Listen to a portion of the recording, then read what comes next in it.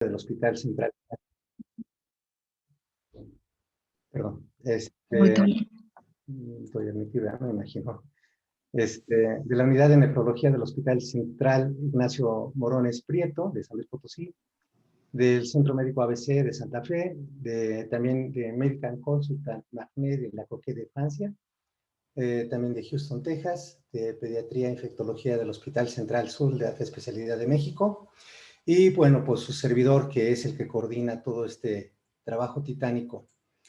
Mis colegas y yo, mis amigos y yo de Francia, de Estados Unidos y de México, tanto de hospitales como Pemex, están, y bueno, obviamente SIGSA y la UNAM, estamos colaborando, estamos haciendo un análisis de la fisiopatología del COVID, y bueno, ese es el trabajo, o esto es parte del trabajo que vamos a presentar, ¿no? Bueno, entonces, como les dije, es un trabajo multiinstitucional, multinacional, y bueno, pues aquí tienen ustedes algunos de los links donde pueden ustedes descargar mucho de lo que hemos realizado, de los trabajos que hemos realizado. Vamos a hablar un poquito acerca de la historia de los coronavirus.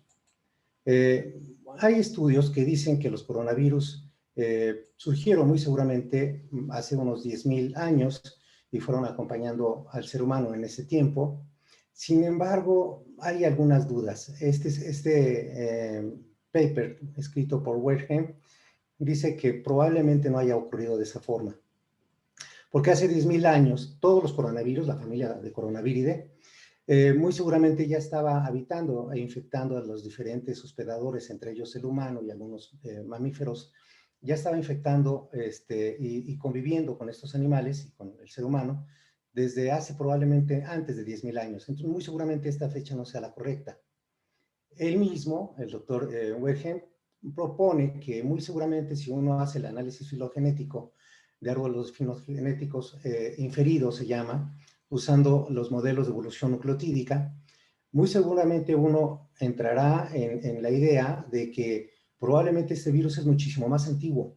Ajá, y que bueno, tuvo estrategias para poder coexistir con sus diferentes hospedadores, y esto nos va a abrir las puertas para entender el proceso de evolución y origen de los coronavirus. Es decir, si esto es cierto, esto que dice este autor es cierto, significa que el coronavirus o la familia Coronaviridae no surgió hoy, no surgió hace unos años, sino que es un virus que sus antecesores muy seguramente evolucionaron junto con el ser humano y junto con todas las especies en las que llega él a usar como hospedadores muchísimo antes, probablemente desde antes del surgimiento de las primeras etapas del surgimiento de la vida, ¿no?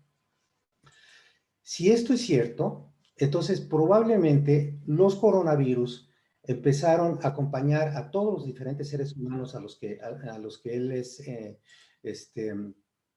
en los que él habita, son sus hospederos, los fue acompañando durante todo este proceso de evolución. Ajá. O sea, no son recientes. Si eso es cierto, entonces esto significa que durante el desarrollo del ser humano, recuerden ustedes nuestras clases de evolución, platicaban nuestros profesores que muy seguramente el ser humano no surgió solamente de una rama, ¿no? Sino fueron varias ramas de prehomínidos las que eventualmente fueron dando origen al ser humano. En este esquema de evolución, entonces nosotros podemos un momento pensar y decir, bueno, muy seguramente entonces el Australopithecus, el hombre de Neanderthal, el hombre de Java, etcétera, Homo erectus, todos estos prehomínidos, muy seguramente ellos tuvieron su propio coronavirus. Y muy seguramente estos virus produjeron en ellos el que se diezmaran las poblaciones de prehomínidos, iba a decir humanas, de prehomínidos. Entonces muchos de ellos sus poblaciones se vieron infectadas, se enfermaron, no nada más por el coronavirus, sino muchos otros virus que pudieron estar involucrados, bacterias, ¿no? Tuvieron sus disenterías y demás. Bueno, entonces hasta llegar al Homo sapiens, al humano actual, y muy seguramente él desde hace miles de años también se enfrentó a diferentes tipos de coronavirus. Entonces el coronavirus no es un fenómeno reciente. ¿Por qué se le llama COVID? ¿Qué diferencia hay entre COVID y SARS-CoV-2? COVID es la enfermedad y deriva es un acrónimo de Coronavirus Disease, la enfermedad producida por el coronavirus, aislada en 2019. Ajá. ¿Y esto qué es? ¿Es una gripa más? ¿Es una neumonía más? ¿Qué es el COVID? Bueno, para entrar a este terreno necesitamos que el alumno de medicina sobre todo, tenga bien a bien y conozca bien qué es o las diferentes manifestaciones de una enfermedad respiratoria.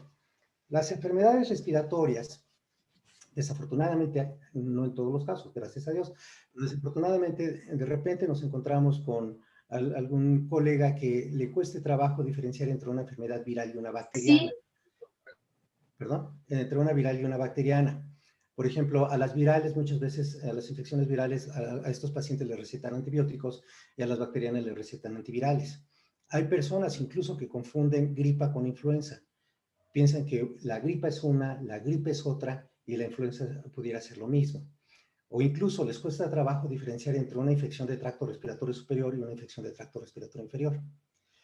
No es el caso de la plática, pero rápido comentaremos. Dentro de las infecciones de tracto respiratorio superior tenemos muchas, principalmente dos. La de un virus que es chiquitito, aunque ahí la imagen parece grande, que es el rinovirus, el agente causal de la gripa o el catarro común, el agente número 1, que va a tener todas las manifestaciones clásicas de la gripa, no me voy a detener en ello.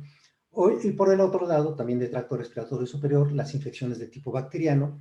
Ahí tendremos la faringitis estreptocócica por Streptococcus pyogenes, en el cual el paciente va a tener un cuadro febril, un cuadro con mialgia, artralgia, cefalea, escalofrío, y además va a tener expectoración productiva, rinorrea productiva, linfadenopatía generalizada, focos abscedados en la garganta, que es muy diferente a una faringitis bacteriana, ¿eh?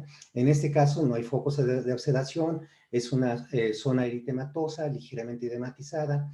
En esta es una zona eritematosa sumamente edematizada, con focos abscedados. Por otro lado, tenemos las infecciones de tracto respiratorio inferior. Principalmente voy a mencionar 4. Una de ellas sería flu o influenza, que no es lo mismo que gripa, en el cual, bueno, aquí está involucrado un virus envuelto, un ortomixovirus, a diferencia del otro, que es un virus desnudo, es un rinovirus. Y por el otro lado, la complicación bacteriana, que puede ser una neumonía bacteriana por Streptococcus pyogenes, Streptococcus pneumoniae, también Piógenes puede estar, o Staphylococcus aureus, ¿no? La tos viene de una región torácica, viene de una región más baja, y en el caso de influenza, normalmente inicia con una tos seca, no productiva, aunque se puede complicar hacia una bacteriana, en la cual ya francamente hay una tos de tipo supurativa. Hay otras dos enfermedades, hay muchas más que debe de entender el estudiante de medicina, pero dos ahorita menciono, que las dos son producidas por un paramyxovirus, aunque producen un cuadro diferente. Una es RSV, que produce la bronquitis y bronquiolitis, la causa número 1 de bronquitis y bronquiolitis en paciente lactante, y como afecta bronquios y bronquiolos, prácticamente ocluye la vía respiratoria, y entonces el paciente tiene que hacer un esfuerzo respiratorio, hacer un molleo diafragmático para tener una respiración toracoabdominal con tiros intercostales, tiros gifoideos y aleteo nasal. Se va a poner cianótico el paciente. En cambio, en PIV, que es el croup o laringotraqueobronquitis, es la clásica tos de perro, la tos metálica o de foca, y por el ensanchamiento de la vía respiratoria va a tener una sibilancia a la entrada y salida del aire. Bueno, esto es necesario que el alumno lo entienda porque vamos a entrar a ver otra complicación, o mejor dicho, otra enfermedad que tiene sus características propias. Estas características propias que vamos a ir desarrollando en la plática son las de coronavirus. El coronavirus va a producir una enfermedad que tiene una presentación muy particular. Teóricamente, el coronavirus se presentaría de una forma piramidal. El 80% de los pacientes van a ser asintomáticos o leves. El 15% de los pacientes de una población serían entre leves y graves. Y solamente el 5%, gracias a Dios, pero desafortunadamente, padecen una enfermedad grave y muchos de ellos con complicación fatal. Ahora, atención con esto. De este 100%, ese 100% equivale al 60 o 70% de toda una población. Es decir, que en toda una población habría un 60-70% de infectados. Atención, infectados no significa enfermos. Infectados es simple y sencillamente que el virus se alojó en ellos. Esto me hace pensar que de un 100% de una población solamente un 60-70% son infectados, y considerando ese 70% como un 100%, el 80% serían asintomáticos. Pero atención con esto. Para que llegara al estado de asintomáticos en este anuncio, en este recorte, dice que normalmente son los jóvenes, pero depende también que no haya otras comorbilidades, obesidad, tabaquismo, etcétera. Entonces, esta tabla, este gráfico, esta pirámide, también puede cambiar dependiendo de los factores alrededor, ¿no? Muy bien.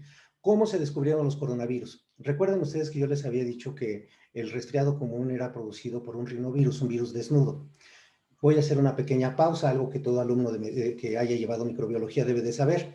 Los virus desnudos son más resistentes que los virus envueltos. Los virus envueltos tienen una envoltura, que es una membrana citoplasmática que le robaron a una célula que habían infectado. Por lo tanto, es más frágil a la desecación, a los detergentes, a los alcoholes. Entonces, un virus envuelto es más frágil. El virus de la gripa, el catarro común, es un virus envuelto, es un picornavirus, es un rinovirus. ¿Por qué lo menciono ahorita? Si vamos a abordar cómo se descubrió el virus. Bueno, porque un grupo de investigadores en los años 70, bueno, desde los 50, se empezaron a preguntar cuál es la otra causa de catarro común. Ya sabemos que el rinovirus se lleva las palmas, es el número 1, pero ¿quién más podemos encontrar en garganta? Y entonces resulta, deme 2 segunditos, entonces resulta que en 1965 Tyrell y Byron hicieron un trabajo por demás pulido, un trabajo muy hermoso, muy bonito, lo publicaron en The Lancet, y este trabajo replica todos los postulados de Robert Koch. Si recordamos en la historia de la microbiología, los postulados de Robert Koch, tenemos aquí un paciente enfermo de catarro común, de gripa, no tenía neumonía, su infección era tracto respiratorio superior.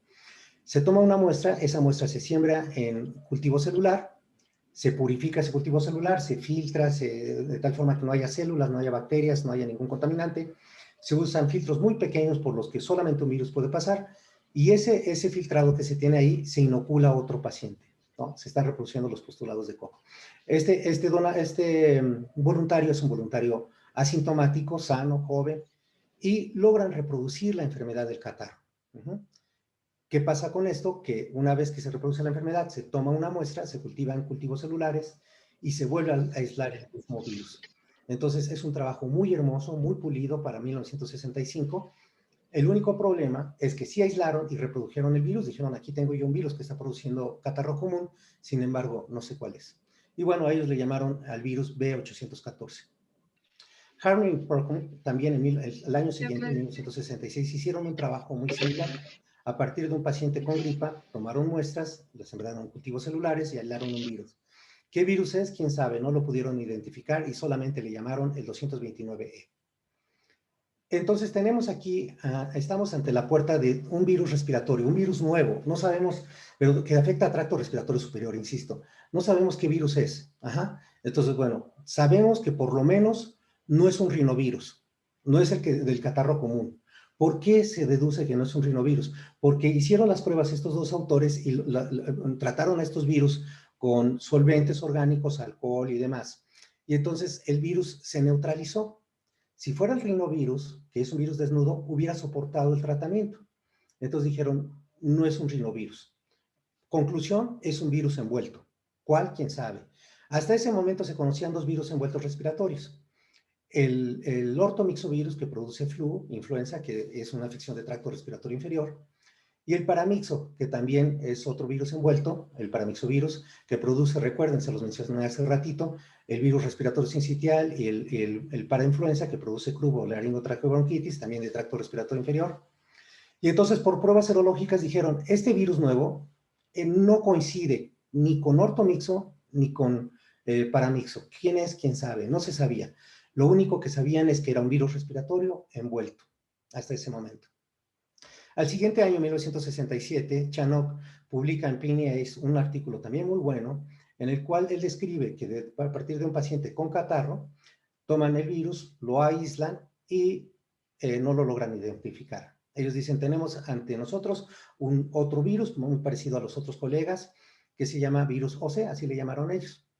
Bueno, tenemos aquí un problema. Tenemos tres autores que en relativamente el mismo tiempo, diferencia de un año, 65, 66, 67, aíslan un virus, el cual no se sabe qué es.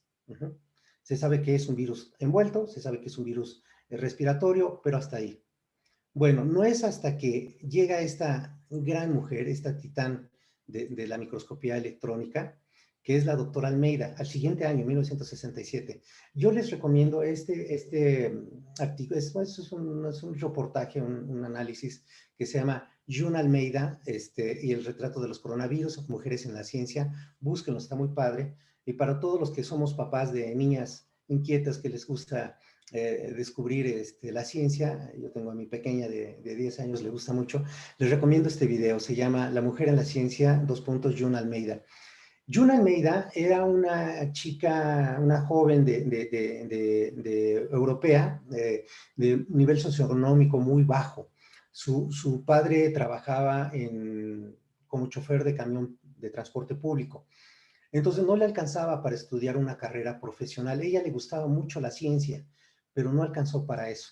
Entonces, bueno, tuvo que estudiar una carrera técnica, científica, pero técnica, no profesional, y le gustó mucho la microscopía, y fue un as la doctora en la microscopía.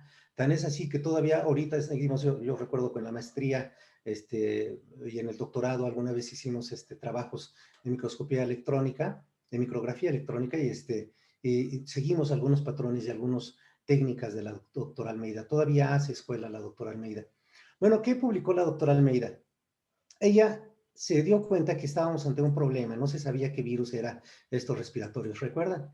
Entonces, en el 67 ella publica este trabajo, y es un trabajo hermosísimo, bellísimo, realmente es un trabajo muy pulido, donde usa unas técnicas de micrografía electrónica excelentes, y publica esto. Ella dice, he encontrado la estructura de ese virus que no sabemos cuál es. Vamos a retroceder un poquito en el tiempo, ¿vale? Estamos en 1967, vámonos 3 años atrás. Ahora vámonos a 1964. Resulta que en 1964, Berry y su equipo describieron la estructura del virus de la laringotraqueobronquitis aviar. El virus y lo publicaron en Virology, un trabajo también excelente.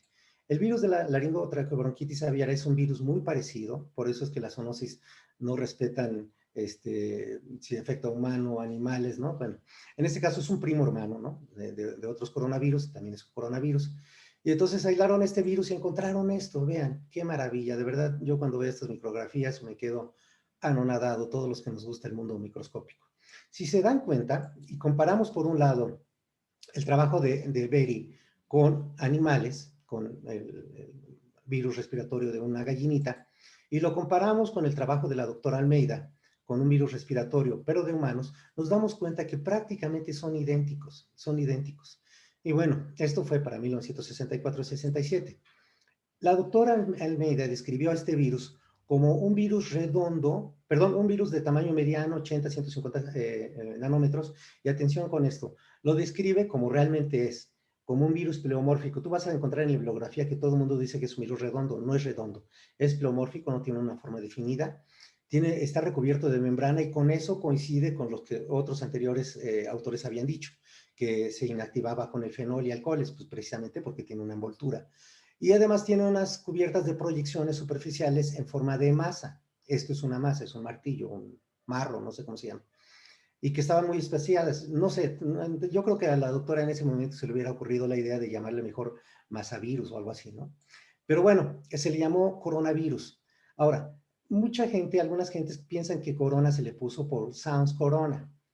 No, el Sounds Corona es un término para la corona solar que deriva del latín, ¿no? Pues dicen esto no porque corona en inglés es crown, no se le iban a poner el nombre en inglés, se le iba a poner en latín. Y bueno, no lo digo yo, vamos a ver qué dice la historia, y vean, yo le veo más proyecciones como una crown, como una corona real, que como Sounds Corona, ¿no? Bueno, vamos a ver qué dice la historia. Pues al siguiente año, en 1968, si mal no recuerdo, sí, 68, el doctor Monto escribe y describe a los coronavirus y dice que tienen crown-like projection, entonces que tiene unas proyecciones similares a crown. Entonces, pues, le puso crown precisamente por la corona. Pero bueno, no vale la pena meternos en ese dilema. En 1975, la doctora Almeida reconfirma la descripción de los coronavirus y publica este trabajo. ¿Cómo se clasifican los coronavirus? ¿Cuál es su taxonomía? Originalmente, ya hace muchos años de esto, por ahí de los años 70, 80, 70, se describió que los coronavirus tenían pertenecían al orden nodovirales, pero atención con esto, vean, dice coronaviridae. Cuando la palabra termina en dae, D-A-E, la A se omite, como en psicólogo la P se omite, aquí la A se omite, se dice coronaviride. Y cuando dice DAE significa familia. Cuando dice NAE, N-A-E, o sea, coronavirine, significa subfamilia. Aquí no vemos ninguna subfamilia en la primera clasificación, solamente vemos géneros, aquí están los géneros, y vemos que los coronavirus, que lo consideran en ese momento género, tiene grupos, grupo 1, 2, 3, y hay otras dos géneros, el toro y el bafini. Años después, con más conocimiento molecular del virus, se dieron cuenta que el toro y el bafini pertenecen a una sola subfamilia, ahora ya aparecen las subfamilias, se llaman coronavirine, no NAE, y toronavirine. Este incluye a los dos virus que anteriormente pertenecían a géneros diferentes. Se reclasificó, pues no hay problema. Y bueno, y los coronavirus ya no existen los grupos 1, 2 y 3, sino existen géneros, alfa, beta, gamma y delta.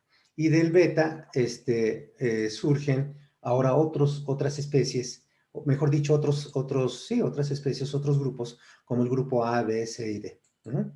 Bueno, si nosotros comparamos como se dice, el árbol filogenético de estos virus, nos damos cuenta que, miren, pónganse a ver esto. En el lado de los alfa coronavirus tenemos dos que están en rojo. Significa que son dos que infectan a humano. Y del lado de los beta tenemos cuatro en rojo.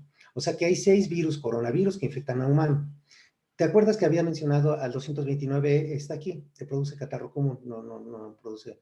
Este también produce un cuadro respiratorio superior, este produce un cuadro respiratorio superior y este produce un cuadro respiratorio superior. Estos dos son relativamente nuevos y ahorita te voy a hablar de ellos. Date cuenta de esto, miren, el distanciamiento, esto no se puso de forma arbitraria, el distanciamiento entre conferencia. El distanciamiento entre una línea y otra no es de forma arbitraria, nos indica qué tan distante filogenéticamente en su secuencia nucleotídica está un virus de otro. Y esto nos debe de llevar a recordar la evolución de los virus, nos debe de llevar a recordar que estos virus fueron mutando entre una especie y otra, y entonces durante el proceso de evolución que nos fueron acompañando estos virus, se fueron distanciando uno de otro.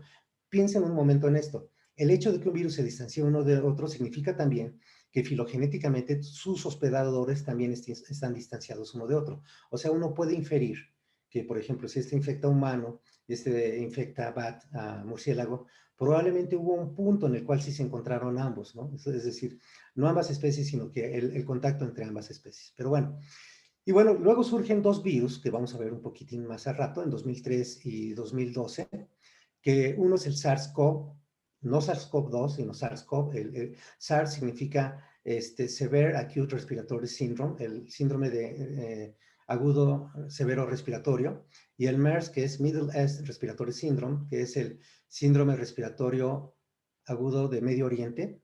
Perdón si se me va la traducción, pero bueno, y estos son relativamente recientes, ¿no? Y si se dan cuenta, están muy distantes uno con otro.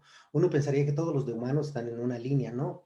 Y esto me hace pensar a mí también que en cualquier momento puede brotar otro, por ejemplo, no sé, un delta, y que uno de estos cambie y el día de mañana tengamos un delta coronavirus que infecte a humanos. Es decir, la variabilidad es muy alta. Los cambios son muy altos. Esto me indica que de cualquier rama de estos puede saltar un virus que infecta a humanos. Bueno, aquí tenemos los 6 grupos, 4 que infectan a nivel de tracto respiratorio superior, 2 muy recientes o relativamente recientes que infectan a tracto respiratorio inferior. Por eso en el acrónimo está implícito el SEVER, ¿no? El Severe Acute Respiratory Syndrome, que es severo, es más intenso que una simple gripa. Bueno, estudios posteriores en la taxonomía se dan cuenta, por biología molecular, que los delta coronavirus pertenecen más a los gamma, y entonces los delta desaparecen. Y más recientemente aparece un nuevo virus, que es el SARS-CoV, pero ahora 2, el SARS-CoV-2, que es el que está produciendo la pandemia actual. Denme un segundo, que yo siempre tengo batalla con esto del Zoom. Muy bien. ¿Cuál es la estructura del virus? La estructura del virus, muchos libros dicen que es un virus envuelto esférico. Ustedes saben que no es esférico, es pleomórfico. Mide de 100 a 160 nanómetros, pero sí es envuelto, eso sí es importante. Tiene un genoma muy grande, su genoma es de RNA monocatenario, o sea, single strain, una sola hebra, no tiene dos, como algunos otros virus, es de polaridad positiva, puede funcionar como RNA mensajero, es grande, 25 a 32 kilopares bases, y algo muy importante, tiene de 7 a 10, ¿de qué varía? Pues obviamente estamos hablando de toda la familia coronaviridae, ¿no? No nomás el que está produciendo la pandemia, de todo.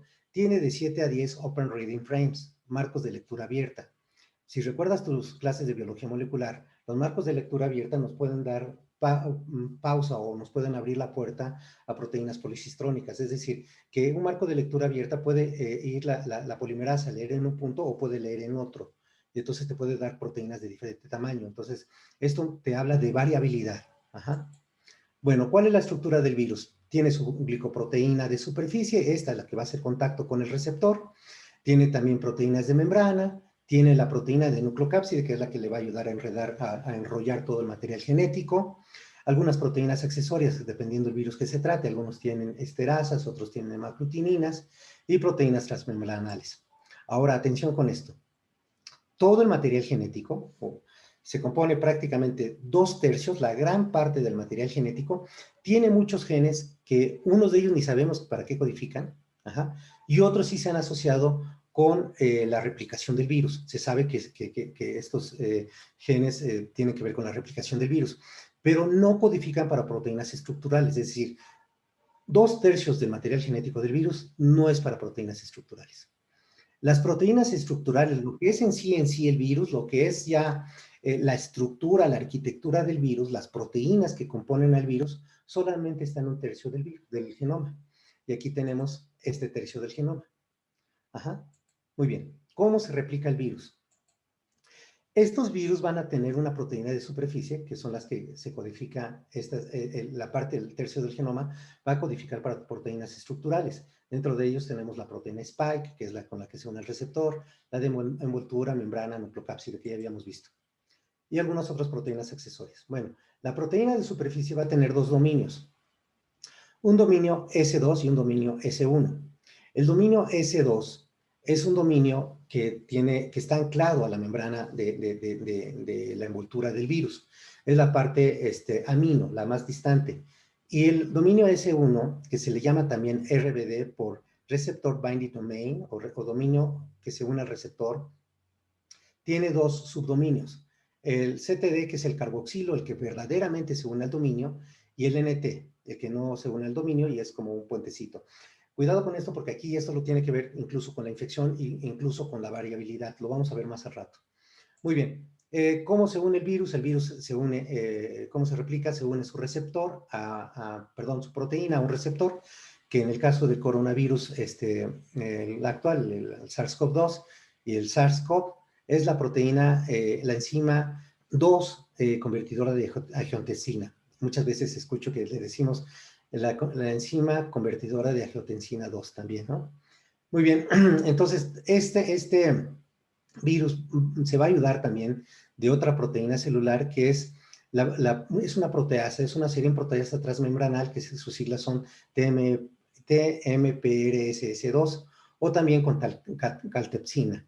El caso es de que requiere una proteasa para la activación del virus al momento de que entra. Una vez que le entra, este virus, recuerda que es un virus RNA. Entonces, no aparece muy claro en la imagen, pero te lo platico así rápido. Este virus RNA, al ser una RNA de polaridad positiva, significa que prácticamente de forma directa puede entrar a sintetizar proteína. Es decir, una copia, entran varios virus, no nada más entra uno, una copia del genoma del virus se acoplará a nuestros ribosomas, usará nuestra maquinaria para producir proteínas virales.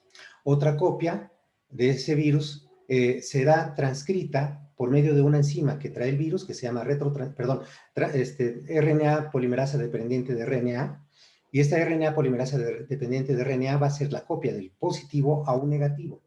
Y ese negativo le va a servir al virus como molde para hacer muchos positivos. Muy bien. Entonces, por una parte se sintetiza el material genético, por otra parte las proteínas del virus. ¿Qué va a pasar como resultado final? Junto los dos, material genético más proteínas del virus, y ensambla un virus nuevo, que es en este caso, se junta el RNA positivo con las proteínas virales y formamos un nuevo virus, ¿vale? Y bueno, este virus ha producido brotes modernos, por ejemplo, el SARS-CoV en 2013, que les dije que, bueno, la Organización Mundial de la Salud nos dijo en 2003 que ya estaba prácticamente controlada la infección, y este virus vino de un murciélago que infectó a una civeta y luego el humano, y el MERS, que infectó de un murciélago a un dromedario y luego al humano, ¿no? El MERS, como sus siglas lo dicen, se difundió a partir de Medio Oriente. Y bueno, ahora el virus más reciente, el SARS-CoV-2. Vamos a hablar un poquito acerca de su origen. Hay muchas teorías, tú las has visto, yo he referido a algunas en alguna ocasión, que, no sé, muchas teorías, desafortunadamente cuando no existe la coladera de la ciencia, muchas de estas cosas se nos pasan y las damos por hechas, ¿no? Bueno, no a mí, pero digo, a mucha gente se le puede pasar por esto por hecho. Entonces, bueno, ¿qué nos dice la ciencia acerca del origen de este virus? No les voy a hablar de esto ya lo saben, aparece en Wuhan y de ahí se fue difundiendo a todo el mundo, pero esta gráfica me sirve para pensar un poco en cómo se difundió este virus. Atención con esto. Este virus se prendió como pólvora, es decir, pasó de China y empezó a infectar y se hizo una gran pandemia. La pregunta es, ¿por qué este virus se comportó así? Era por simple y sencilla razón. Era un virus nuevo, no había una inmunidad, un reconocimiento, una memoria inmunológica del humano a este virus, y pues por lo tanto no se pudo detener. Y además por las propias características del virus. Este virus tiene la habilidad de tener una alta tasa de transmisibilidad. Y bueno, pues se difundió hacia todo el mundo. Pero dense cuenta de esto. Si recordamos cómo está constituido el genoma de la familia, aquí tengo los alfa, beta, gamma y delta, de toda la familia, nos damos cuenta que hay una región que no sintetiza para proteínas estructurales, y hay una región que sí. Todo lo que es el virus, todo lo que es la esencia del virus, está contenida, todas las proteínas que componen al virus está contenida en esta región. Es decir, que esta región es ay, perdón, esta región es la que nos va a decir dónde está, en esta región se localizan los genes que codifican para las proteínas estructurales. Dentro de esas proteínas estructurales, las proteínas de superficie. Ahora, vean, dense cuenta de esto. Aquí tengo a los alfa, los beta, los gamma y los delta. Tenemos varias especies. Por ejemplo, aquí yo tengo el de la peritonitis felina, el de el murciélago, bla, bla, bla, ¿no? Tengo el de humano, el que produjo la epidemia del SARS-CoV en 2003. Tenemos al del MERS, etc. Si yo me pongo a analizar esta secuencia, esta es constante prácticamente, pero esta, donde están las proteínas de superficie, es la más variable. Y esas pequeñas variaciones son las que me van a dictar si es un virus alfa, beta, gamma o delta. Es decir, es ahí donde se encuentra la riqueza de este virus, en las proteínas de superficie, en las proteínas estructurales. Y estas pequeñas variaciones me van a decir si es dentro de un grupo alfa, afecta a una especie o afecta a otra. Esto es muy importante para entender el origen de este virus y saber que un virus que infectó a murciélago originalmente, después se infecta a civeta y luego al humano. O infecta a murciélago, luego a dromedario y luego a humano. O infecta llamas y luego, perdón, a murciélago, llamas y luego a humano. O a roedores, vacas y luego al humano. O al cerdito y luego al humano, ¿no? Es decir, tiene una alta capacidad de cambiar de una especie a otra. Y atención con esto que voy a decir ahorita. Cuando se hizo un análisis de la secuencia de la proteína de superficie y de otras regiones del virus SARS-CoV, el que infectó en 2003, y se empezó a estudiar, se dieron cuenta que conforme iba avanzando la enfermedad, iban ocurriendo variaciones. Lo mismo está pasando con el SARS-CoV-2. Entonces, se dieron cuenta que el mayor número de variaciones ocurrían en dos regiones, en el de la proteína S y en los dos Open Reading Frames, en el 3 y en el 8.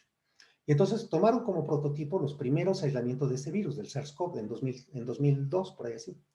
Entonces se dieron cuenta que este virus cambiaba en dos grandes grupos, o clades. Tenían un clade en el cual no había deleciones, no había pérdida de nucleótidos, y otro clade donde sí había pérdida de nucleótidos. Tuvieron un clade 1, clade 2. ¿Cómo se comportó este virus? Vean, aquí yo tengo al virus, en la primera línea, al virus que infectó los primeros aislamientos de los primeros pacientes. Hoy, ayer se cumplió el aislamiento del primer paciente en el mundo, ¿no? Por COVID-2. Bueno, entonces si tomáramos la muestra de este paciente y la analizáramos con las actuales, veríamos cierta diferencia. Lo mismo se vio con SARS-CoV en 2003. Entonces estas son, vean, este de aquí, el primero, es ojalá que se alcance a ver porque esta cortinilla no me deja. El primero es el SARS-CoV, el del humano. El de abajo es el de la civeta. Realmente se parece muchísimo, muchísimo se parece. Bueno, cuando se empiezan a hacer estas comparaciones, y vemos cómo va cambiando, pues nos damos cuenta que podemos agruparlos en diferentes genotipos. Tenemos el genotipo 1, en el cual prácticamente la proteína exterior del virus con la que se une el receptor, el SARS-CoV, prácticamente es idéntica al primer aislamiento. Después vemos en el segundo que son aislamientos futuros, son aislamientos posteriores. Hubo un cambio, pero en la región de atrás, no en la que se une con el receptor. Por eso las puse en verde, para que psicológicamente nos dé la idea de que no hay mucho problema. Después, las que aparecen en rojo, para que nos dé la idea de que algo está pasando y algo es raro, algo mal. En el clade 1 se dio una mutación en la cual la proteína de superficie que se une con el receptor ya tenía cambios. Y en el siguiente grupo ya había cambios tanto en la parte distal, la que se une al receptor, como en la parte amino, la parte de atrás. Y luego en el clade 2, donde ya había cambios en toda la molécula e incluso de lesiones. ¿Qué me hace pensar esto? Vean, epidemiológicamente, microbiológicamente, desde el punto de vista de infectología, ¿qué diferencia hay entre que un virus tenga esta región, esta es la proteína de superficie del virus, esta región, que es la que se une al receptor, esta región cambia? Si esta cambia no me preocupa mucho, pero si esta cambia es donde se une el receptor. Entonces pueden tener tres escenarios. Uno, que el cambio sea insignificante y siga uniéndose de igual forma al receptor. Otro es de que el cambio sea tal que se vuelva menos afín al receptor, digamos al receptor humano. Entonces, pues ya no infectaría tanto a esas células, ¿no? Y el tercer evento es de que se fije más e incluso puede infectar otros, sea afín a otros receptores y pueda ser más patógena. Entonces podemos tener tres escenarios, uno que esté igual, uno que sea menos patógeno y otro más patógeno. Pero lo que va a cambiar es su afinidad para unirse al receptor.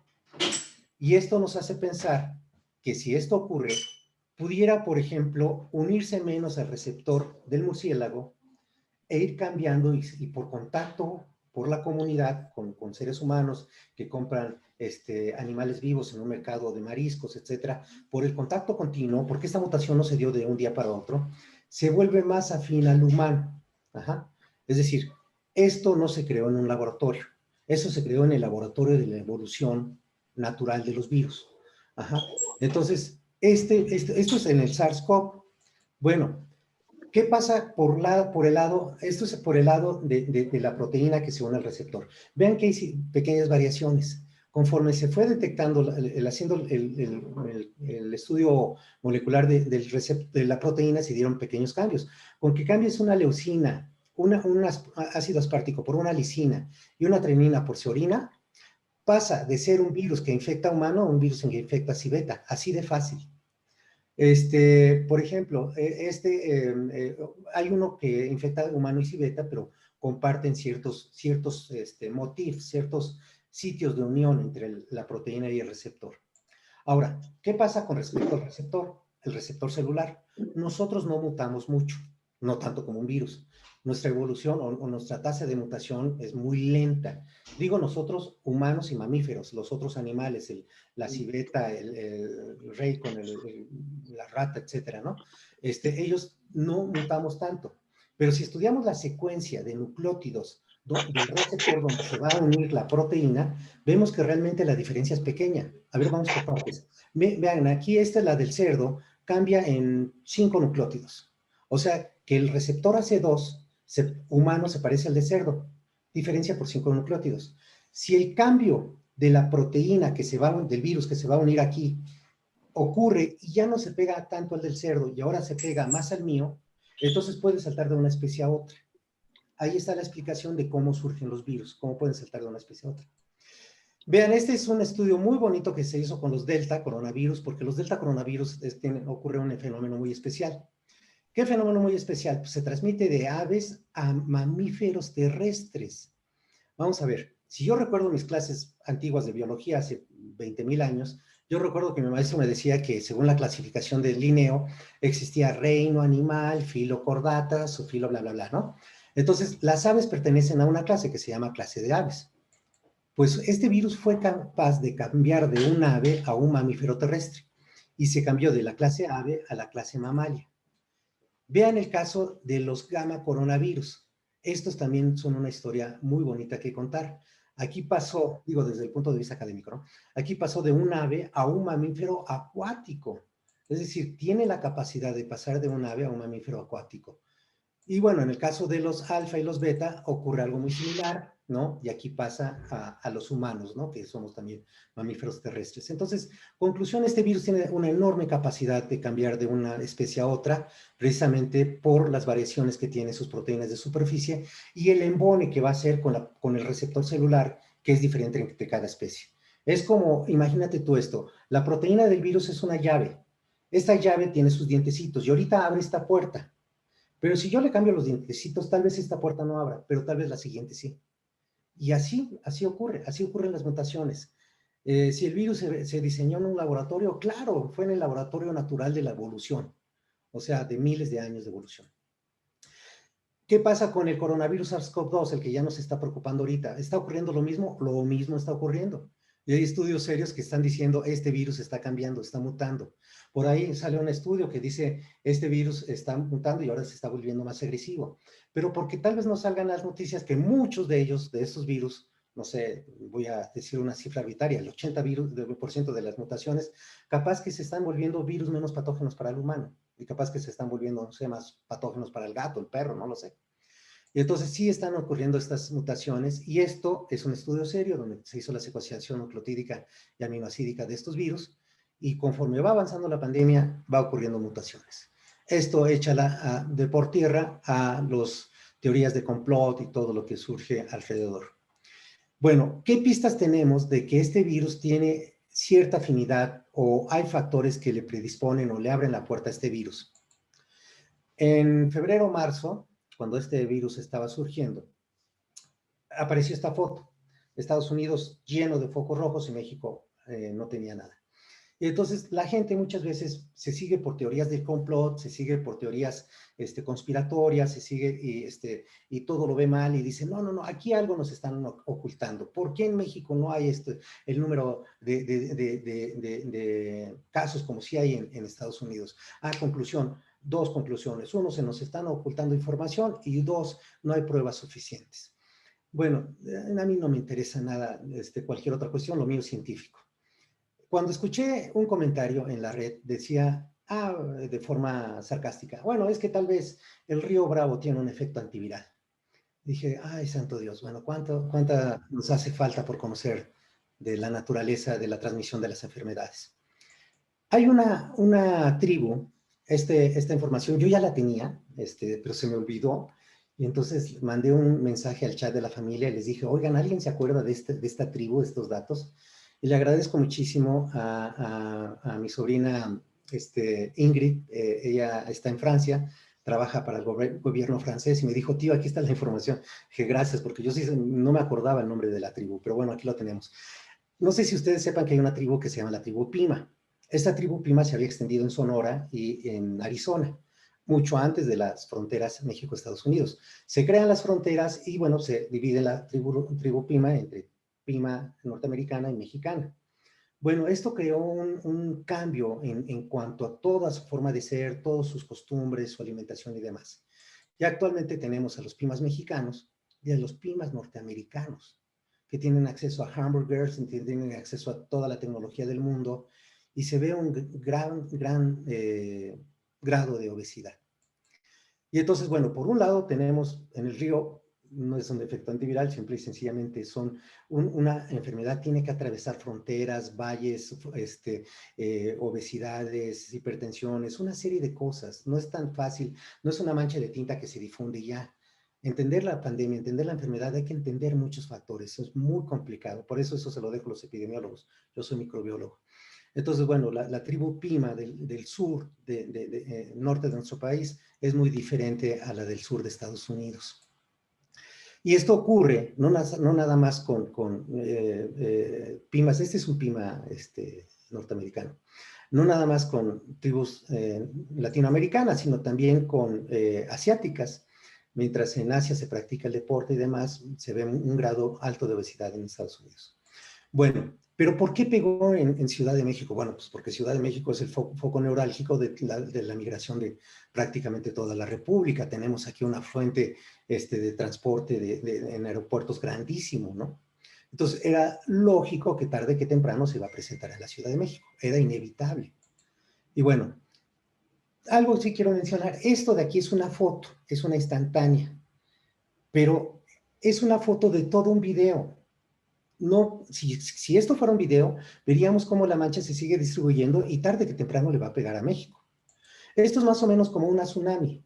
Viene la tsunami y está afectando, ¿no? Viene golpeando. Pero yo digo, yo paro el video y digo, ¿por qué aquí no afecta? ¿Por qué aquí no afecta? ¿No?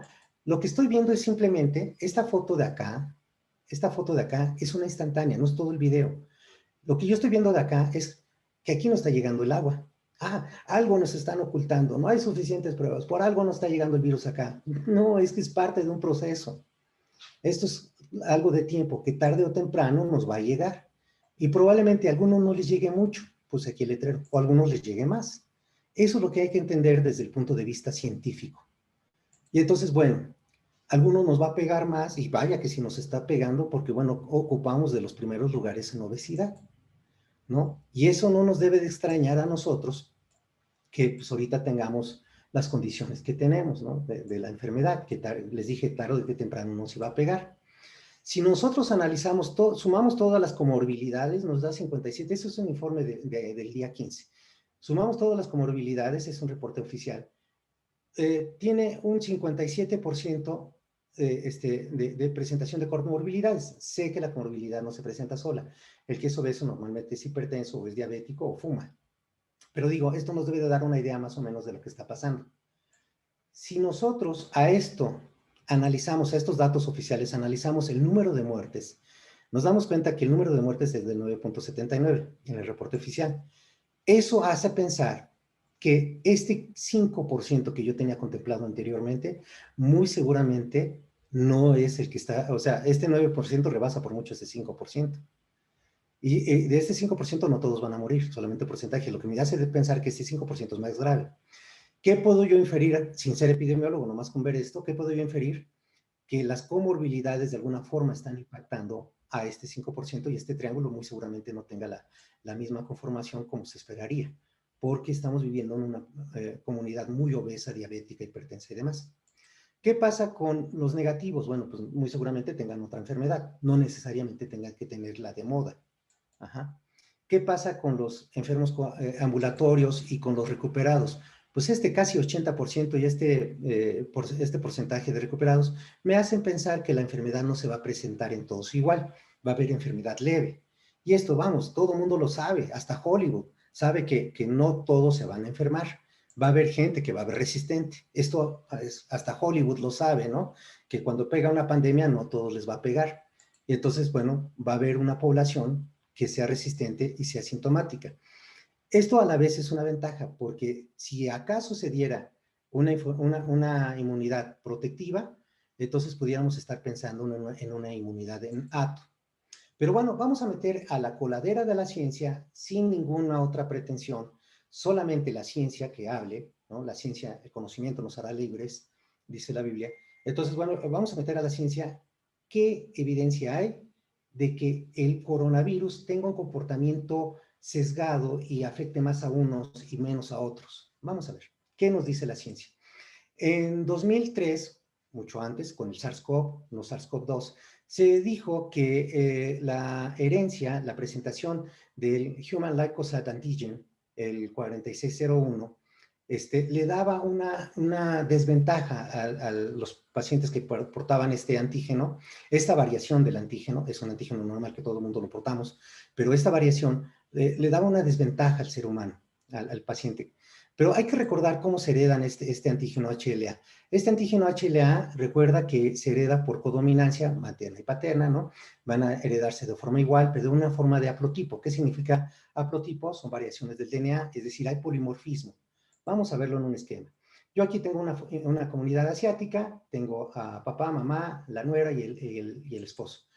La mamá y el papá van a heredar sus versiones de HLA, que muy seguramente, aunque tenga codominancia, pero la mala suerte que esa variación le toca a uno de los hijos, distinta a la de la novia, distinta a la de la esposa, porque yo viene de otra familia, pero probablemente los hijos la hereden.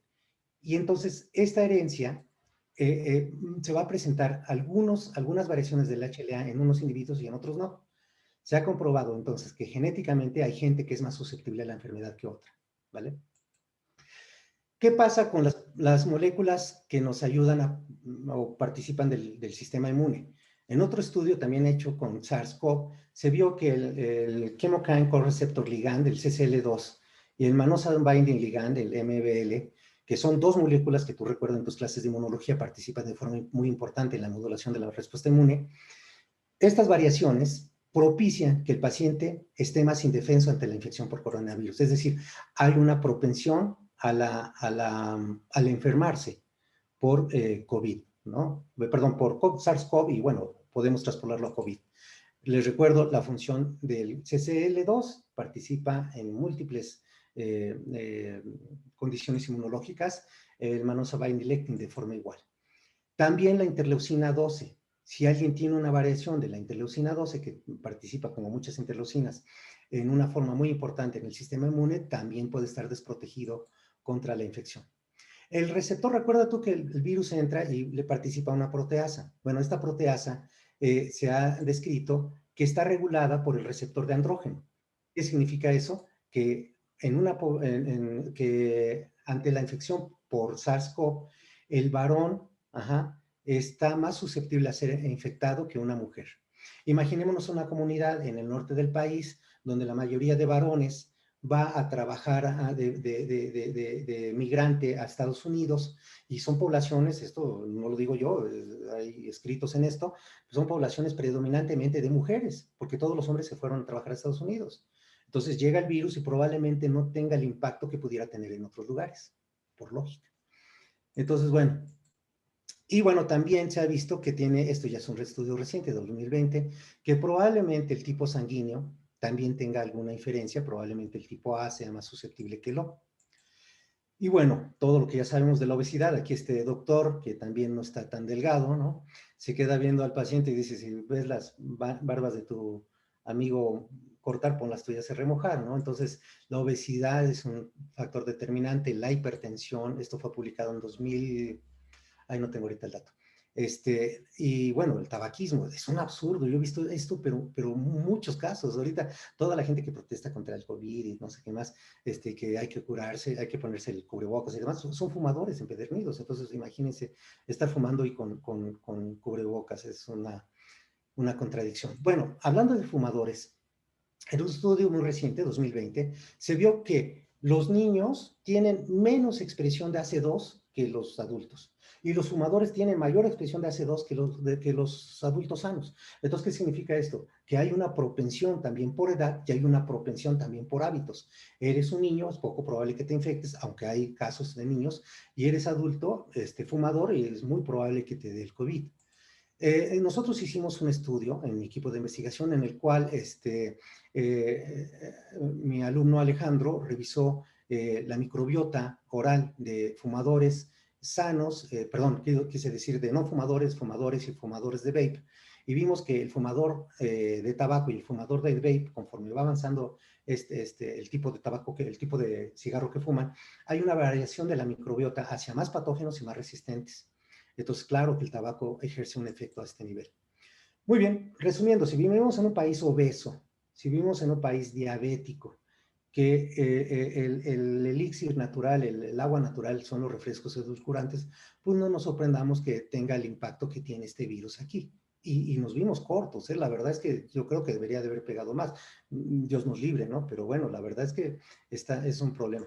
Si vivimos en un país en el cual nos burlamos de la muerte, en un país en el cual hacemos fiestas de COVID, en el cual no tenemos la conciencia y sabemos que la mejor forma de usar el cubrebocas es cubriendo la papada, pues tampoco nos espantemos de que tengamos rebrotes. Es lógico, o sea, no todo se lo dejemos al virus, mucho también es de nosotros. Entonces, bueno, vamos a entender la fisiopatología del COVID, espero no estar tardando mucho de tiempo. Estoy yendo lo más rápido posible. Para entender la fisiopatología del COVID necesitamos entender el sistema renina-angiotensina-aldosterona. Este virus, recuerda tú que se va a unir, está vibrando el reloj de que necesito ponerme a hacer ejercicio, de que hay inactividad, pues que estoy aquí en conferencia. Recuerda tú que el virus se va a unir al receptor AC2. El AC2 significa la enzima 2 convertidora de angiotensina. ¿Qué es la angiotensina y qué es el AC2? Bueno, un repaso, no es una clase de fisio. Recuerda tú que el hígado va a producir el angiotensinógeno y el riñón va a producir la renina, la cual va a convertir al angiotensinógeno en angiotensina 1. Y el pulmón y el riñón van a producir la enzima convertidora de angiotensina para convertirla 1 en 2. Y esta va a tener su efecto a nivel de riñón, de pituitaria posterior, de músculo liso endotelial, vascular, a nivel de hipocampo, de corteza adrenal, etc. Y bueno, el efecto final de activar el sistema renina-angiotensina, la angiotensina 2, lo que va a hacer es propiciar condiciones adversas para ciertos tejidos. Aumento de la presión arterial, vasoconstricción, inflamación, fibrosis, alteración del equilibrio redox. Este es un sistema que no puede estar aplicándose toda la vida. No es un sistema que pueda funcionar solo, que sea autónomo. Hay sistemas que regulan este sistema. Y este sistema de contrapeso es la enzima 2 de la convertidora de la angiotensina. Esta enzima 2, que casualmente es el receptor del virus, va a convertir a la angiotensina 1 en angiotensina 1,9 y la angiotensina 2 en angiotensina 1,7. Atención con esto. Si yo ya tengo una tasa, hablemos de forma arbitraria, de 10 moléculas de angiotensina 1 que van a ser convertidas en 10 moléculas de angiotensina 2, y ya la AC2 ya me está tomando moléculas, se las está robando para producir la angiotensina 1,9, esto hace que la tasa de angiotensina 1 y 2 disminuya. Por ende, el efecto disminuirá. Y entonces voy a ver un efecto favorable en el tejido en el cual la vasoconstricción disminuye, en el cual la inflamación disminuye, la fibrosis disminuye. Y por si fuera esto poco, la angiotensina 1,9 y la angiotensina 1,7 van a tener el efecto contrario a la angiotensina 2.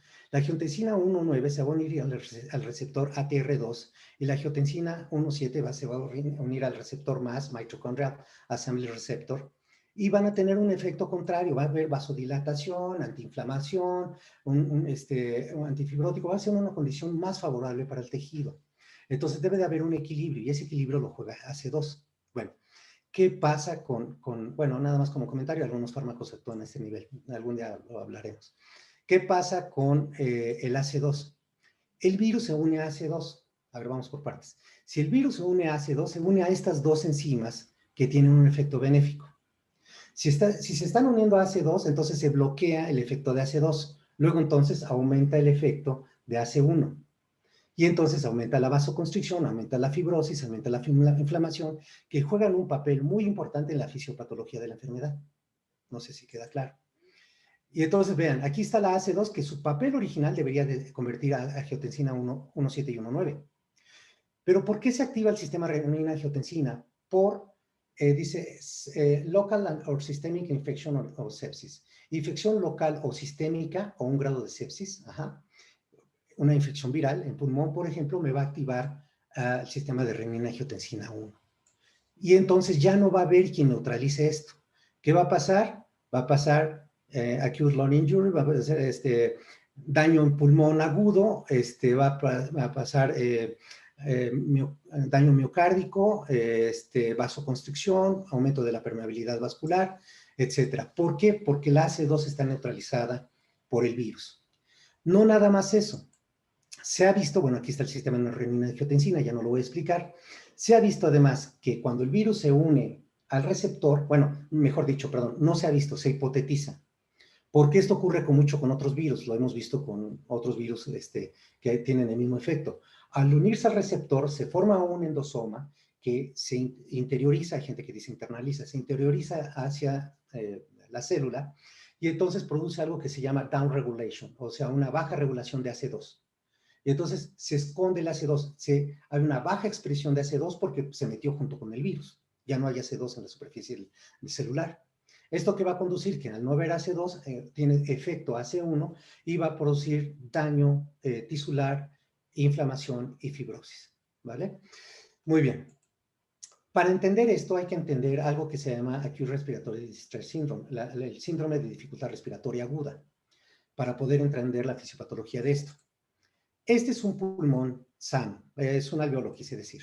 El alveolo tiene neumocitos tipo 1, tipo 2, estos son los 1, estos son los 2. Los dos producen el factor surfactante. El factor surfactante abre el alveolo, está sano, adentro del alveolo solamente hay oxígeno. Y bueno, va a haber canales, ¿no? En el alveolo, que cualquier gota de agua que encuentren ahí la bombean hacia el exterior, la mandan al intersticio, se va por vasos linfáticos y se remueve cualquier líquido para que esté limpio y esté bien este alveolo. ¿Qué pasa en el ARDS? Dos artículos que estamos escribiendo con mi equipo, mis colegas del equipo francés y el equipo de Estados Unidos y de Bélgica y mi equipo de México, donde tenemos a buenos colegas de Pemex, de la ABC. Uno de esos artículos es de ARDS, se los recomiendo. Cuando salga les diré que ya está. Para que ocurra el ARDS debe de haber una lesión inicial. Después de esta lesión inicial me puede llevar a 3 fases. ¿Cuál sería la lesión inicial? La lesión inicial es la infección por el virus. Y entonces me lleva a la primera fase, que es la fase exudativa. Hay comienzo de edema, hay daño alveolar, hay pérdida de células endoteliales, desarrollo de membranas hialinas, aumento de alveolar de IL-8, TGF-beta, regulación baja del factor de crecimiento endotelial y alteración o inhibición de las bombas de sodio y potasio. Ya no hay quien saque el líquido del alveolo. Vean esto, ojalá que no me esté llevando mucho tiempo. Vean esto, aquí todo comienza en este lado, ojalá que se alcance a ver el cursor. Vean esto. Este es un alveolo tipo, perdón, quiere decir, este es un neumocito tipo 2, aquí tenemos neumocito tipo 1, todo este es un alveolo. El virus va a infectar al alveolo, al neumocito tipo 2. Lo infecta, sale su material genético, sale su RNA. Este RNA es tomado por un TLR, significa Toll-like receptor, es un receptor que detecta el RNA viral. Después manda una señalización intracelular hacia un factor de transcripción de DNA que se llama NF-κB. Este NF-κB va a inducir la señalización para la producción de citocinas y va a contribuir a un fenómeno que se llama cytokine storm o tormenta de citocinas. Por otra parte, este RNA es tomado por una molécula que se llama RIG-1. RIG-1 también señaliza NF-κB que va a aumentar la tormenta de citocinas. Se ha descrito que este virus, fíjate lo malo de este virus es capaz de bloquear las señales de TLR y RG1 que van a activar a IRF3. ¿Por qué? Porque al activar IRF3, la célula produciría interferón y entonces les diría a sus células vecinas, amigas, alerta, me estoy infectando, por favor, protéjanse. Y entonces el interferón produciría que las demás células se alertaran y la infección se abortara. Pero el virus no quiere que se entere nadie de que se está enfermando la célula y bloquea la señal de interferón. Por otra parte, una célula dendrítica toma el antígeno, viaja por vía linfática y presenta el antígeno por medio del complejo de histocompatibilidad tipo 1. A este fenómeno se le llama cross presentation o presentación entrecruzada. Se lo va a presentar a un TCDA, a un T-linfocito citotóxico, a un CD8. Y él lo va a hacer recibir por su TCR. Al presentárselo, este linfocito T citotóxico va a viajar por sangre, sale de la arteria alveolar, viaja hacia el alveolo y se lo va a presentar a un macrófago. Los macrófagos también vienen del arteria alveolar, llegan al alveolo y se llaman macrófagos alveolares. Este linfocito citotóxico le anda checando quién tiene la credencial de este cuerpo. A ver, ¿quién tiene la credencial de la NAGUA? Quien no la tenga, pum, ¿no?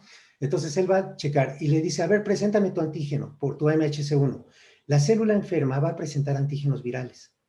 Entonces, ¿qué va a pasar? Va a sacar su metralleta de perforinas y grancinas y ¡prum! Va a vaciárselo al neumocito tipo 2 y va a morir. Va a haber destrucción celular. Por otra parte, también activa a macrófagos, y estos macrófagos, por la vía de CREB y AP1, van a activar también la citocina, la cytokine storm, la tormenta de citocinas, y esta vía es activada por su receptor de SESAIN, y también por el receptor de interferón, que este va a activar a JAK1 y JAK2, que también van a dar la misma señal para el aumento de citocinas. ¿Quién activó JAK1 y JAK2? El interferón que fue producido por los natural killers. Participan natural killers también, y ellas también van a activar una serie de grancinas y citocinas que van a producir la lisis del alveolo tipo 2. Por otra parte, el macrófago va a liberar especies reactivas de oxígeno, como óxido nítrico también, y ferritina, que también producen la lisis del alveolo. En pocas palabras, el neumocito tipo 2 está en un estado de secuestro, ¿no? El pobre alveolo dice, no me puedo defender, no les puedo avisar a mis células vecinas que me estoy enfermando, y viene toda una batería de moléculas y de células a destruir a este alveolo. Este es el esquema que nosotros vamos a publicar, y bueno, es un resumen. Hay destrucción alveolar, aquí está, hay destrucción endotelial, hay edema, ¿no? Hay bloqueo de las bombas que sacan el fluido dentro del alveolo, que lo mandan a vasos linfáticos, quise decir. Hay una fuente importante de células del sistema inmune, y se produce la cytokine storm, la tormenta de citocinas. Estas tormentas de citocinas son citocinas proinflamatorias, pero aquí atención con esto. No todos los casos se agravan, y por favor aquí yo quiero que esto nos quede claro. Tiene que ver con la susceptibilidad que habíamos dicho hace rato. Si eres gordo, si fumas, si eres niño, si eres adulto, bla, bla, bla, si tienes un perfil genético de un tipo, etc. Se ha visto que algunos producen el viral clearance, que unos van a eliminar al virus sin mayor problema y sanan, pero otros producen la hiperinflamación. ¿De qué depende que sea uno o sea otro? No se sabe. Hay teorías. Se cree, obviamente, los factores genéticos, pero ¿en qué forma influyen los factores genéticos? Parece ser, mucho tiene que ver con el tipo de muerte que se dé en el alveolo. Si es una muerte del tipo apoptosis, es una muerte silenciosa. La célula muere, no hay un escándalo inmunológico, como digo yo en mis clases, y entonces el virus no se propaga, la infección no continúa. Pero si es una muerte por piroptosis, que es una muerte inmunológicamente escandalosa, es una muerte donde se liberan muchos productos inflamatorios, entonces el desenlace va a ser diferente. Si alguien desea aprender más de apoptosis, les recomiendo estos dos escritos que tengo yo. Uno es un capítulo del libro y otro es un artículo donde podemos encontrar más información acerca de esto. Resumiendo, si la célula muere por apoptosis, se resuelve el problema. Si la célula muere por piroptosis, se induce a mayor inflamación. La segunda fase es la proliferativa, donde las células empiezan a proliferar, como su nombre lo dice. Los linfocitos tipo 2, los alveolar cell type 2, empiezan a proliferar y ocurre un fenómeno muy especial. Proliferan y ocurre la transdiferenciación. Es decir, el neumocito tipo 2 se empieza a convertir al neumocito tipo 1 y empieza a epitelizar o reconstituir el epitelio del alveolo, ¿no? Empieza a reconstruir el tejido, la capa celular del alveolo. Empiezan a funcionar las bombas, empiezan a mandar el líquido hacia afuera, se reabsorbe por vía linfática y problema resuelto. Sin embargo, puede ocurrir una tercera fase, que es la fase fibrótica, donde hay daño vascular excesivo, fibrosis vascular excesiva, hipoxia excesiva y un cuadro que vamos a describir ahorita, que es sepsis. Y se empieza a fibrosar todo el alveolo y es un cuadro tremendo. Esto de aquí es el Acute Respiratory Distress Syndrome, es el ARDS. Atención con esto, porque el cytokine storm, la tormenta de citocinas, nos lleva a dos sitios, normalmente convergen los dos sitios. Uno de ellos es el ARDS, que es el que estoy describiendo, y otro que es este de acá, que es el Secondary Hemophagocytic linfohistiocytosis. Es la linfohistiocytosis hemofagocítica secundaria. No te la quiero enseñar ahorita, te la voy a enseñar después, porque antes necesito explicarte otra cosa para que le entiendas a esta. Vamos por partes. Vamos a ver que para que se dé ese fenómeno, antes o junto o paralelo o algo que me va a llevar a ese fenómeno, tiene que ocurrir la sepsis que te había mencionado hace rato, la falla multiorgánica y la coagulación intravascular diseminada. Pero, otra vez, para poder entender esto necesito explicarte otra cosa. Necesito explicarte o recordarte qué es la coagulación. La cascada de coagulación se puede activar por dos mecanismos, la vía intrínseca y la extrínseca. La vía extrínseca es cuando la sangre entra en contacto con tejidos lesionados o se mezcla con otros tejidos. La intrínseca es que se desencadena cuando la sangre externa entra en contacto con factores externos, por ejemplo, con una lesión vascular, cuando se rompen los vasos y entonces la membrana basal queda expuesta, ¿no? Sea como sea la vía intrínseca o extrínseca, van a llegar las dos vías a una vía común para las dos. Y el resultado final va a ser producir fibrina y producir el coágulo. Dato curioso, por si recuerdas tú para tus clases clínicas, cuando tú determinas el tiempo de protrombina, o sea, el PT o el TP, lo que mides es la vía extrínseca. Cuando tú determinas el tiempo parcial de tromboplastina, lo que estás determinando es la vía intrínseca. Cuando tú le pides al paciente un estudio, lo que determinas es el tiempo de trombina, estás estudiando las dos vías, la vía en común, mejor dicho.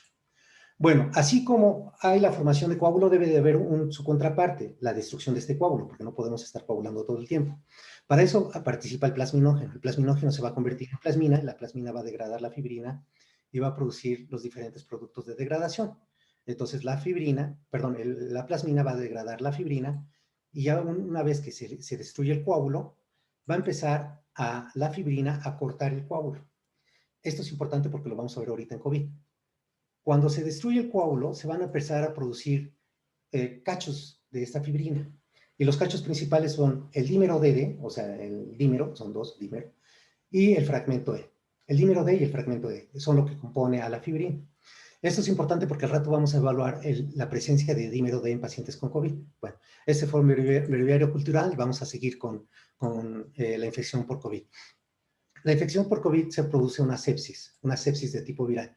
¿Qué es sepsis? ¿Cómo se define? Es la falla multiorgánica que normalmente es mortal por una respuesta exacerbada, exagerada del paciente ante una infección. Y entonces esta sepsis va a cursar con dos fenómenos. Uno que se llama coagulopatía inducida por sepsis y otro que se llama coagulación intravascular diseminada. Estas dos tienen un keyword, tienen un patrón común, que es la inflamación y la coagulación. Tú quieres entender coagulación intravascular diseminada, entiende inflamación y coagulación.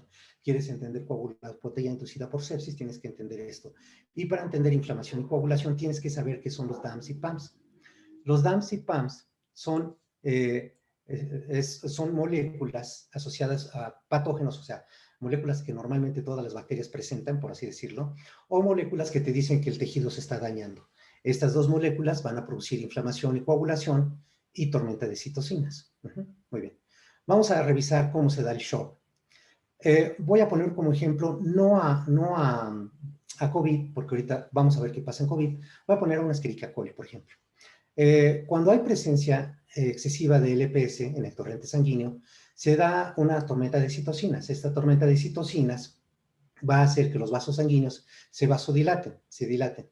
Estos vasos sanguíneos vasodilatados hace que la sangre se quede ahí, en el intersticio. Haya una éstasis de sangre. Esta éstasis de sangre lo que va a propiciar es la falla del retorno venoso. Ya no va a subir la sangre a órganos blancos como el corazón, cerebro, pulmón, glándulas adrenales, riñón, etc. Y esto va a producir una falla multiorgánica. Pero por otra parte, la sangre que se estancó en el intersticio, pues entonces esta sangre estancada se va a coagular.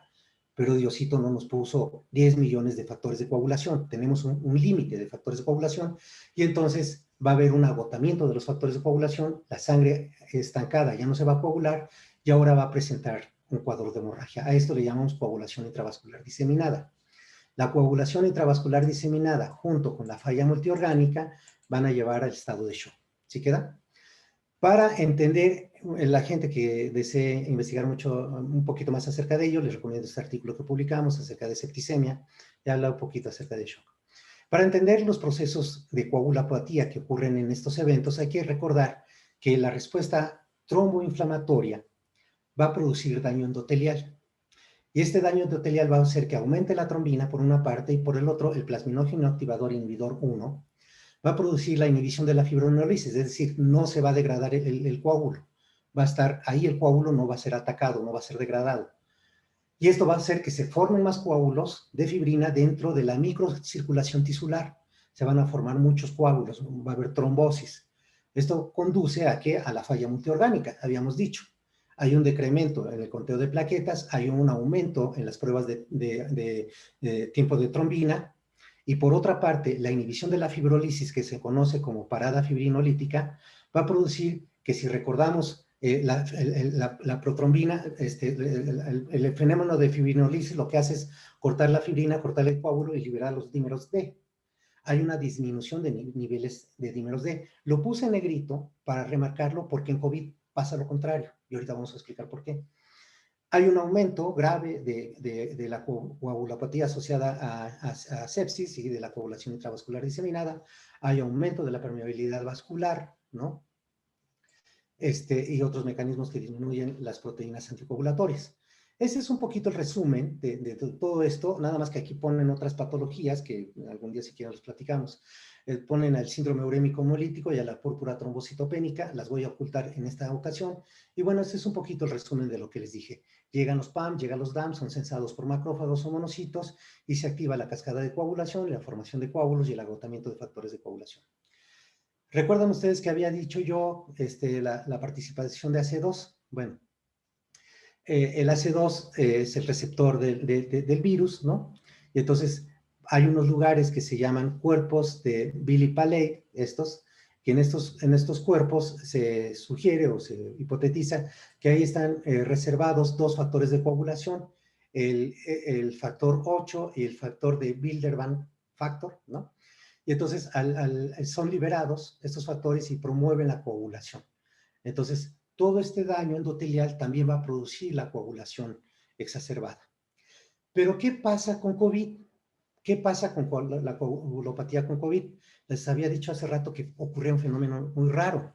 El fenómeno raro es de que aparecían muchos dímeros timina-timina. ¿Por qué? Si se está dando un fenómeno de coagulación, la explicación es esta. Hay dos motivos por los cuales se producen muchos dímeros timina-timina.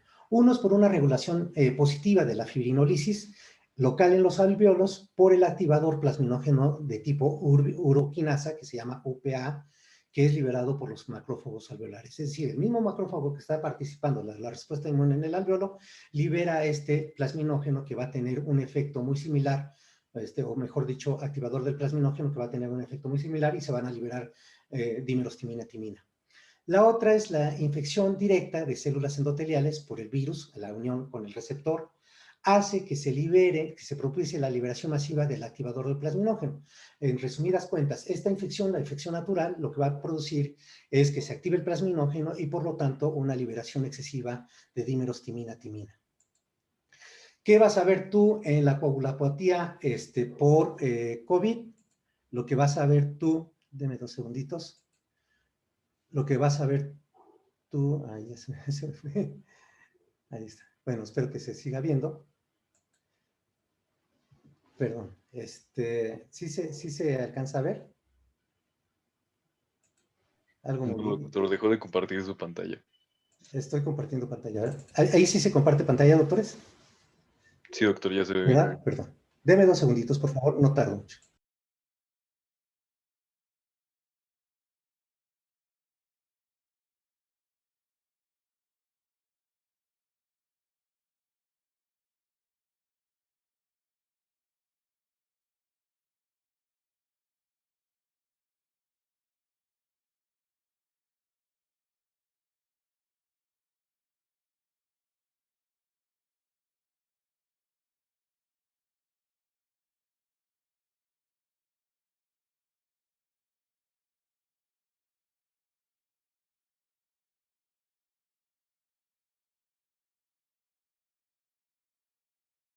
Ya, quedó. Muy bien. Les decía, entonces, ¿qué se va a ver en la coagulopatía por COVID? Va a haber aumentos de niveles de D-dímero. Tú a tu paciente le vas a tomar muestras de sangre, vas a detectar un aumento del dímero D. Va a haber aumento de fibrinógeno, va a haber anomalías iniciales en las mínimas en el tipo de protrombina, va a haber anomalías en el recuento de plaquetas, va a haber resultados que se sobreponen a otras patologías y te pueden confundir. Y bueno, lo que sí se sabe es de que la tromboembolia, el tromboembolismo, tanto venoso como arterial, es más frecuente en COVID que en otras enfermedades. La pregunta es ¿y por qué? Vamos a ver. Recordemos esto. Algunos pacientes tendrán la enfermedad leve y otras la severa. Ahora, en el COVID severo, lo que se presenta es un cambio, un shift del COVID ligero. Aquí por alguna razón se presenta este cambio y hay un aumento ahora, a diferencia de lo que ocurría antes, hay un aumento de fibrinógeno, hay un aumento de plaquetas, hay aceleración de la producción de fibrina, de la fibrina producida. PAI1 inhibe la fibrosis, se acelera la formación de coágulos en los capilares pulmonares. Y entonces ya esto va produciendo un cuadro tromboembólico.